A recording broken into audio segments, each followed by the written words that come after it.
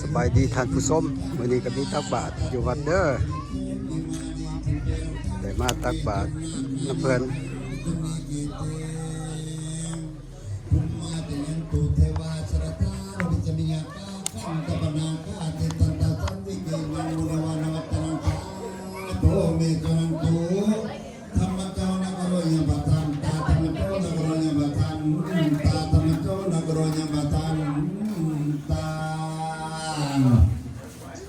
สาธุผู้กาทั้งหลายพ่อเรืองเติมเทพยุราเจ้าทั้งหลายไม่มีอากาศเทวราดุกาเทวราภูมิสัตเทวราเจ้าทั้งหลายทั้งปวงองค์ในยังได้รักษา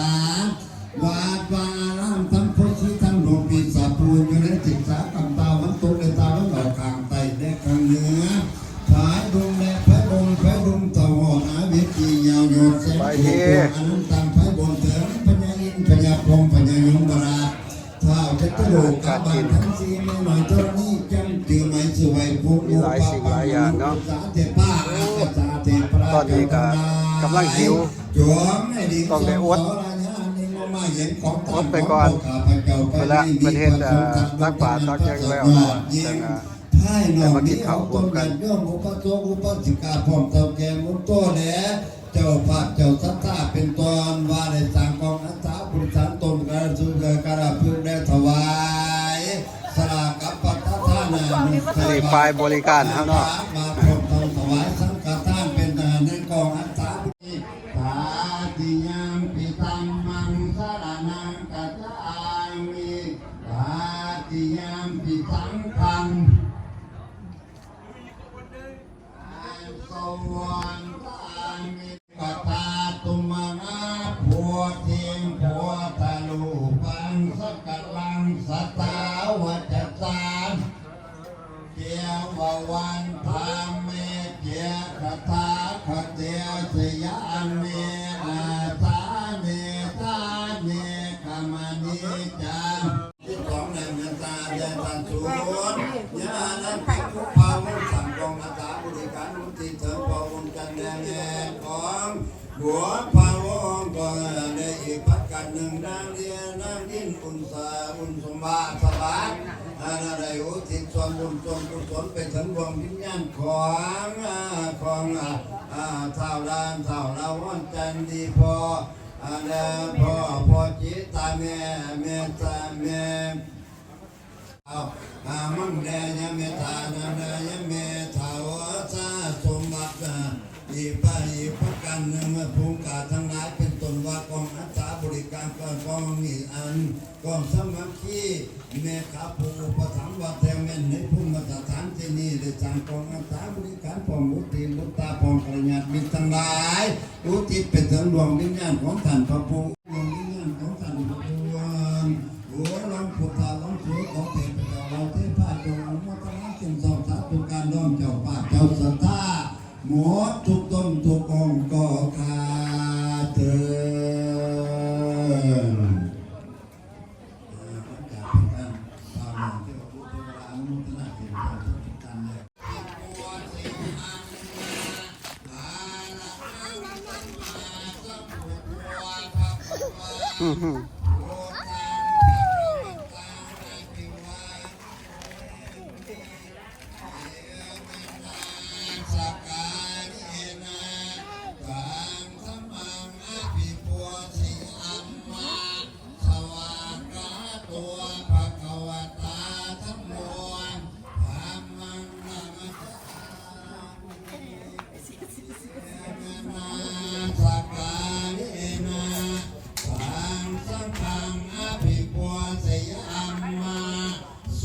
ปฏิปันโนภะคะวะโตสาวกสังโฆสังฆังนะมามิกินเอาไปมวนแล้วก็เหลือประโยชน์ดุโมติตาปังสามินาบุญยังไม่อันตาตาปังสานตุสาธุสาธุอนุโมทนาน้องพักกันหวานพักเป็นที่เรียบร้อยแล้วน้องวันนี้น้องต่อไปก็เสิร์ฟสมทานสินหาเด้อพักกันดับสินผูก คนนอกบัดนอกเนี่ยพอสวัสดิ์หนึ่งบัดคนว่าของน้อยย่อเที่ยงขันหากอสินนอกบัดนอกสาธุนะโมตัสสะภะคะวะโตอะระหะโตสัมมาสัมพุทธัสสะนะโมตัสสะภะคะวะโตอะระหะโตสัมมาสัมพุทธัสสะนะโมตัสสะ ตอนนี้ก็เพิ่นก็เริ่มใส่บาตรเลยเนาะพวก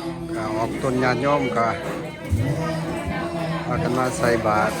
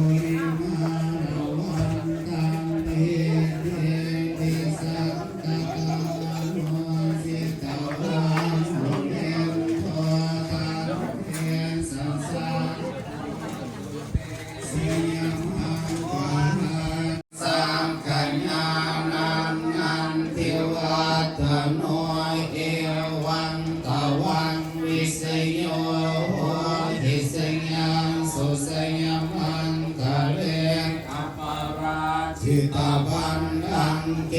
สิเสปัทมิโภคังเนอภิเศษเกสัมภพุทธานังอังคัมปันโตปะโมทันติสุนาคาตังสุมังคารังสุปาภาสะเรื่องกันไม่ออกเรื่องนั้นกันเทเรื่องเลยเรื่องแม่เรื่องเรื่องกันเทเรื่องสาธุสาธุนะโมตัสสะภะคะวะโตอะระหะโตสัมมาสัม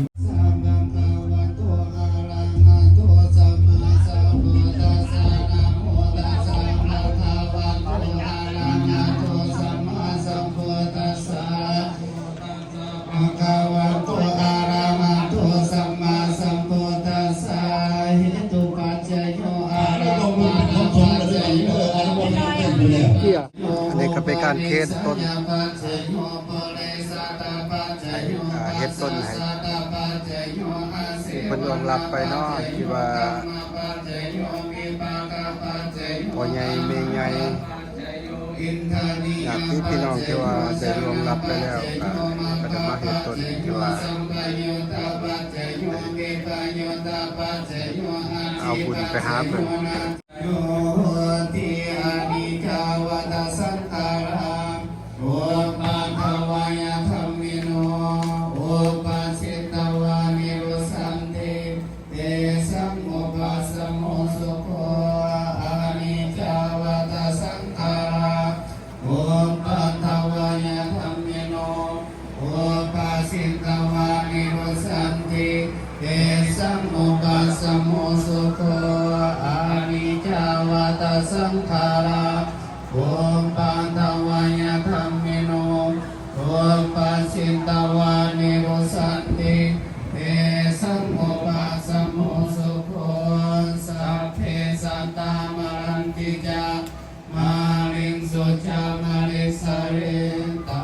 เทวะหัมมาริสามินาทิเมเอกสังสายุเจ้าภาพเจ้าเจ้าท่าเทียมนำยาเด้อขณะเด้อกูผูกกูคนเด้อมื้อนี้อาหารก็หลายอาหารหลายสิ่งหลายอย่างก็เฮ็ดมารวมกัน แม่เด้อไปเที่ยวพักเขาเด้อ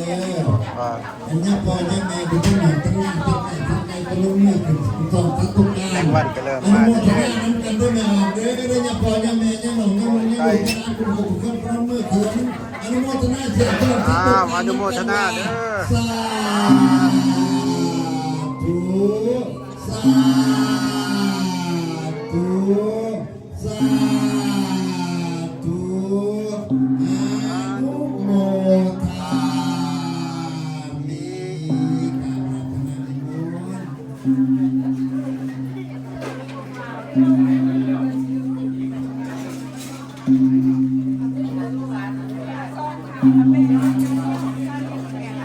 พระอาจารย์ปฏิสันพนอมาเนี่ยหลังจากพระอาจารย์สันแล้วก็พอเข้ากระลุยว่าสัตว์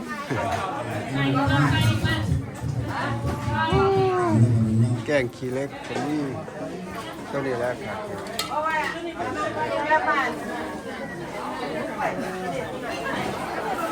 อาจารย์ท่านท่าอนุโมทนาเสียงส่งสาธุการน้ำกันทุกคน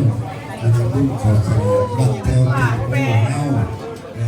ตรงนี้ก็พระพุทธพระพุทธเจ้าอันนี้ตัดเป็นปัจจัยของเทวดาผู้รู้สิบาทให้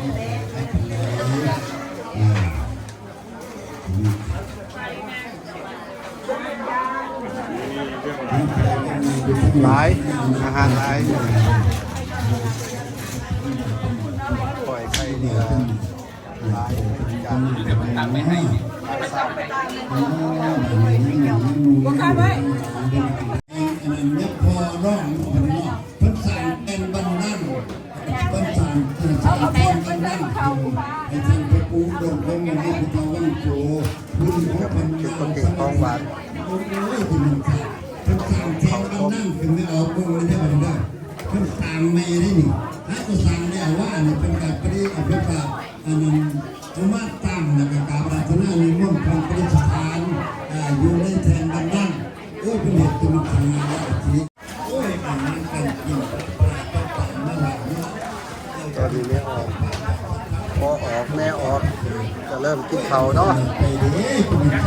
เอาอาหารเลือกกินตามใจ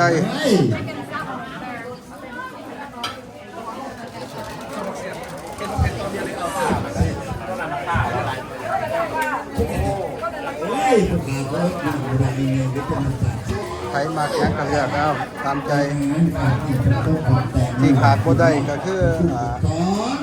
ก้อยไก่ลาบไก่แล้วก็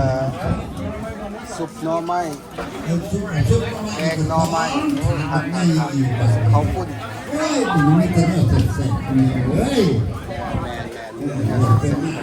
เฮ้ยระวังจะจงเอก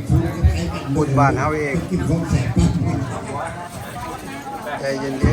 ๆค่อยๆกิน ว่าใส่มันเป็นยังไง